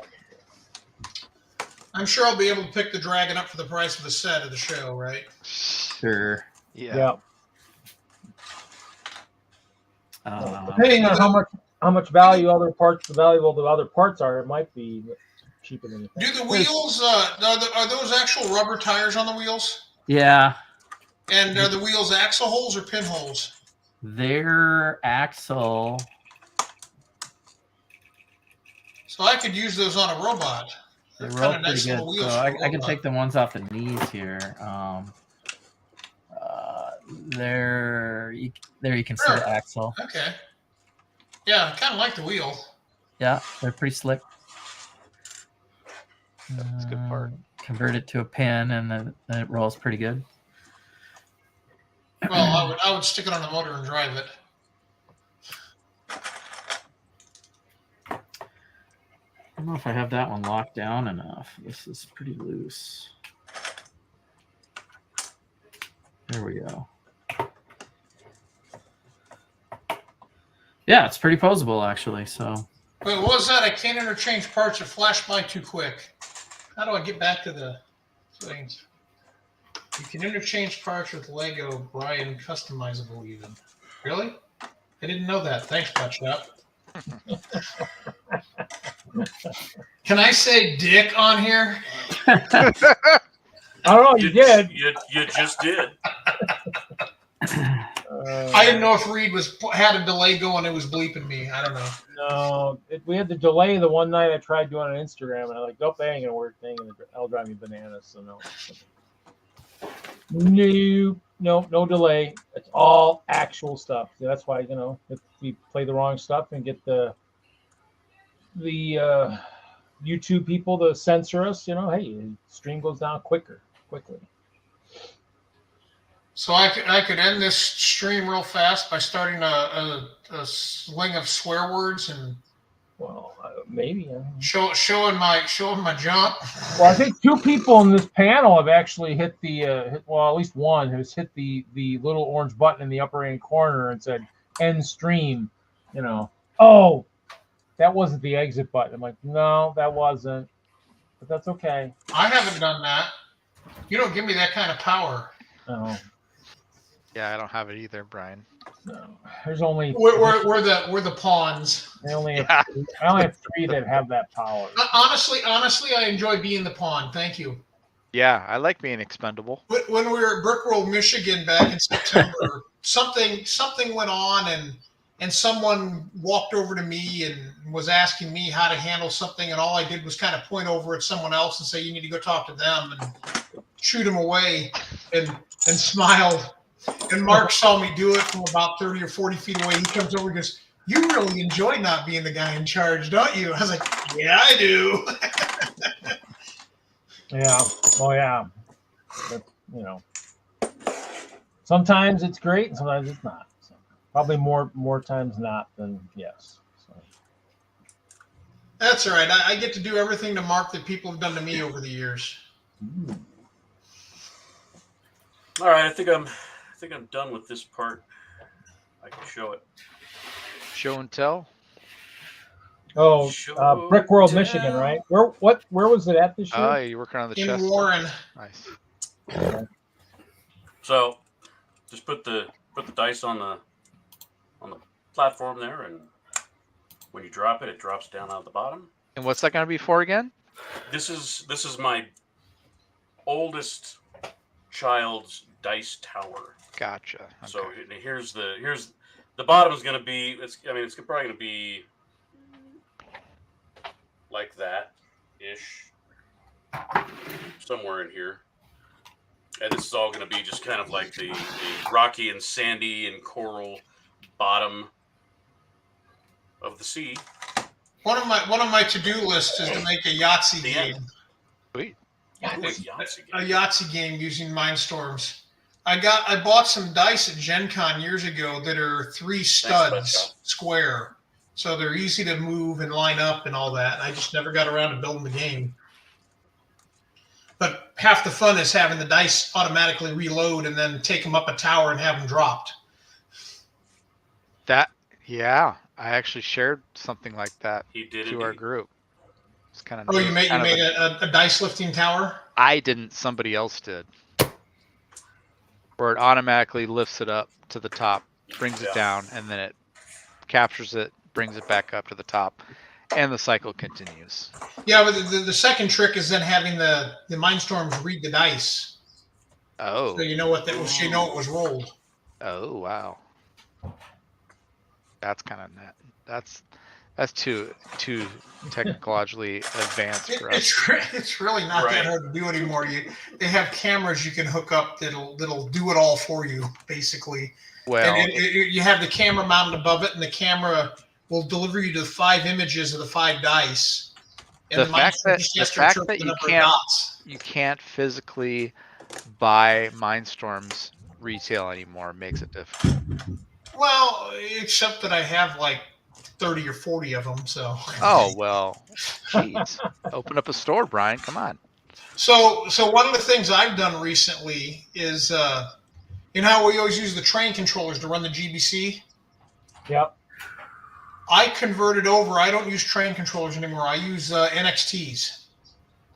So so if you've ever paid attention behind the GBC, whenever we turn it off, you got to go turn each train controller off and then go flipping back onto the right speed and the right direction and all that. with the way I wrote the program in the Mindstorms, I can plug 3 GBC modules into it, and once I've told it what speed to run the motor at and what direction to run the motor, you stop and restart that program all weekend, and it remembers the settings. So you don't have to reset. You just hit the gray buttons to stop and the orange buttons to start, and there's no mussing. You can always go in and tweak the speed settings or whatever if you want to along the way. And then they're all in sync as far as like how many balls they're, Well, not really. Out, right? They're all they're not really. I don't control it that close. The whole idea of the whole thing's be asynchronous, but I've also written a special version of the code that's good for ball pumps, because ball pumps tend to jam once in a while, and if you just reverse the motor, it unjams itself. So I wrote a piece of code where it detects the stalled motor and flips the direction of the motor over, so I can run that on ball pumps. That's nice. That would be nice. Mr. DM, you got 13 minutes. Yeah, I'm getting ready. Okay. But I've got like 12 or 13 NXTs. I will see you over there. Ready to rock. Critical Bricks, 15-minute countdown. See you guys. I don't do on the other GBCs. side. It's all learning for me. GBC is where I started. But it's interesting. It's definitely interesting. I enjoy the boat races at Chicago. I got to get moving and see if I'm going to be able to do what I wanted to do with my boat. I've got my new concept figured out in my head. I bought the additional pontoons I needed to make it work last year in Chicago. So I just got to wait till my neighbor opens his pool back up so I can put the boat together. I just want to see if I can make these paddles work. Is what I want to see. Well, I'm gonna do. Remember what Steve Hassenplug tried to do last year with the boat that he didn't end up entering because it kept tipping over. Maybe he had the old buggy motors on it. Oh yeah. The real fast ones. Yeah. Yeah, I'm gonna try making one out of that. Well, this would be strictly for if I end up doing the paddle wheeler battle boat. This won't be for the actual. Oh, okay. I was actually amazed last year at how well the boat that he had his son run that just had the 32 length axles as the paddles. Yeah. I actually picked up some new parts I ordered a bunch of the discontinued parts from Lego a while back, and that I was looking at some of the parts in there for that specific kind of thing. They had some Technic from I think it was the Lion, like something like this with actual Technic on there, and I thought that would be kind of cool for me to try too. So I picked up. So the problem I would have with that, Reed, is it sticks on the end of the axle, and as soon as it gets pulled, it'll pull right off the axle because that's the direction. I'm just going to get some bending force. It's going to pull it right off the axle. Maybe, yeah. It's just kind of it's a play. I ordered more of the rings too for that other design, and anything that was being discontinued because they retired the green ones of those soft gears. So I bought some of those. So well, the issue with my boat last year was that I just couldn't get it to go fast enough because the motors weren't fast enough, and it would list a little doing the corners. Yeah. So I've got the outriggers, and I'm going to put faster motors on it. I'm going to use the same concept. Yeah, just make sure when you do those faster motors, use the torque screw, not the speed screw. The torque screw. You need the torque for the paddles. Because I've seen them. The guys in Denver. I think he had those on one of his boats or something. But there's a torque and there's a speed, and you want the torque for the paddle. Yeah, the first in your hole, not the second one. Yeah, the second one's built for speed, which would work for the cars because there's not as much resistance on the wheels on the pavement, but in the water there's a lot of resistance. So you need a torque. So I looked at them a couple times. I was almost going to maybe buy some of the aftermarket ones. Reed, you adjust the amount of resistance you have in the water by lengthening, shortening, widening, narrowing the paddles. So if I find it's I can't get the torque I want, I'll just make a smaller paddle. Because the torque it's gonna the whole boat's light enough, it's gonna get up to speed fast. Yep. So, but mine couldn't corner like everyone else's because it would start to list, and I have to let off the motor to let it stand back up again. Everyone thought I was tipping over. I wasn't near tipping over. I just couldn't control it very well with the list. Mine was back heavy, and plus the water was getting in some spots. But yeah, it's kind of one of those things where. Yeah, I did pretty good. I did pretty good with having mine sealed up. Even when you drove up on top of me and put my boat underwater, it came up and had no water inside of it. Yeah, I tried running it backwards and I realized I didn't seal the back well enough. So inside not inside the hulls, which I made sure that was taped. And I don't know if it was this year or the year before. Someone asked me about that. I said, yeah, that's the one place you can use tape so you don't get water inside the actual hull piece. But yeah, the rest you need, whatever. Yeah. Somebody asked me one year, and I said, no, it might have been somebody from FOXLUG up in Green Bay. She asked, and I said, yeah. I said, no, that is where you can do the tape, where the two whole pieces come together. That where you put the tape, because that way you don't want water in that. But the rest, if you're going to try to the actual hull, plastic hull area, that's where you got to use plates and whatever. And I didn't have enough plates in the back the way my configuration was. So when I went backwards to showboat, I was actually sinking my boat. So I was like, right. Don't do that.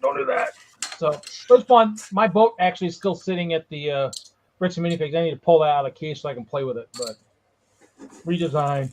That one probably will be dead. I have the big blue boat hull, and I just want to make some kind of a bigger boat for the battle one, if I can try to do that, and just I'll have a small one for the race. Gonna need a bigger having boat. Fun.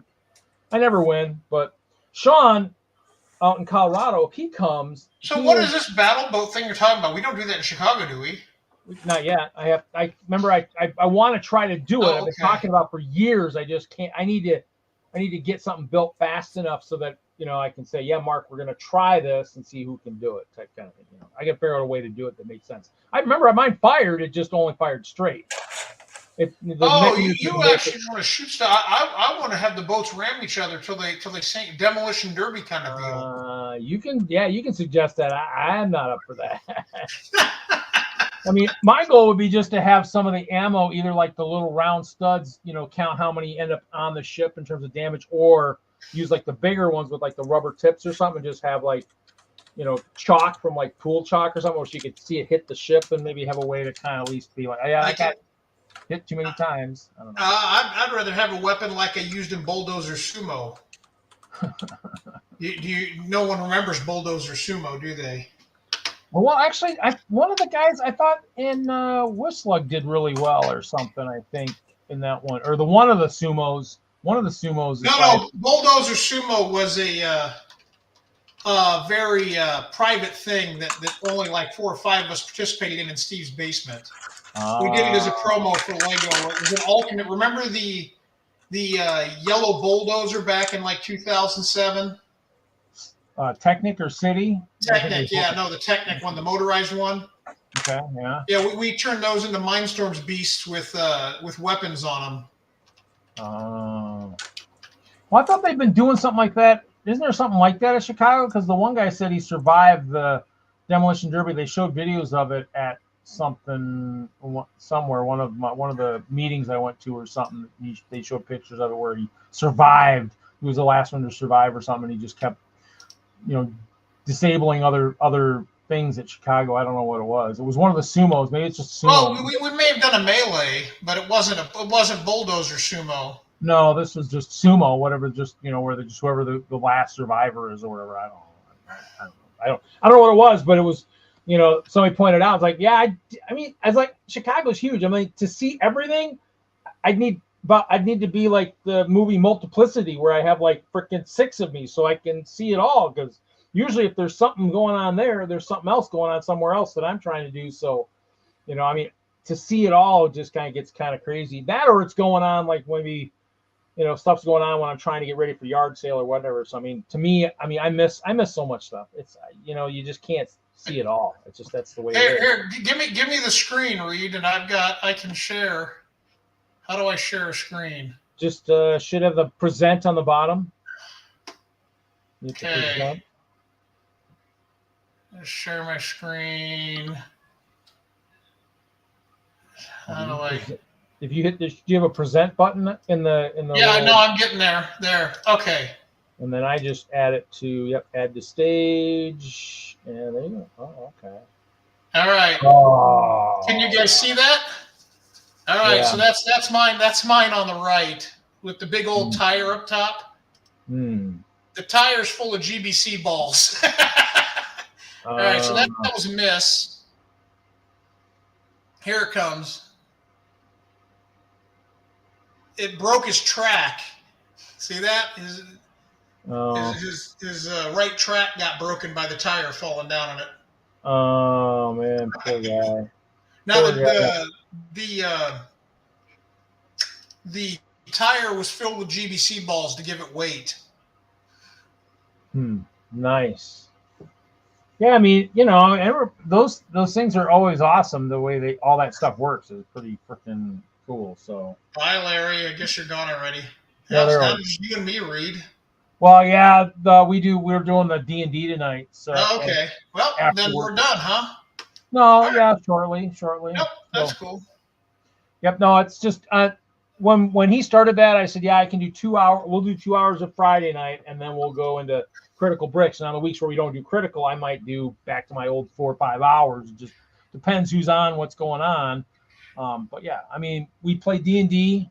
I'll have my Prontero, my Barbarian will be ready to go tonight. Yeah, I got my damage counter and all that stuff. Actually, my Prontero is actually doing the most damage too. He's pretty much a deadly barbarian is what he is. So, but yeah, we play. Jesse's got Lego maps. It's actually pretty cool to watch, and we're in the Doom Vault right now, so we are in a huge dungeon right now. So pretty fun stuff. But that's what we do now, couple times a month. So. All right. I don't do that stuff. No, I mean, the only D&D stuff I used to do was like computer stuff, like on that's why the Commodore is out, because once we started this, I got the bug, and so I pulled out some of my old ones, my old games I used to play. I've already lost a character. He's already killed. He killed my my wizard. My wizard died, back in episode 18 or 19. So, but if you watch the exit video for my show, it actually shows some of the stuff. So, but that's what I'm gonna do. I'm gonna play a video. You can leave if you want, Brian. As it plays, it'll go to episode 34 of the Critical Bricks. It's got a bunch of screens. It's my exit video. So, all right, good.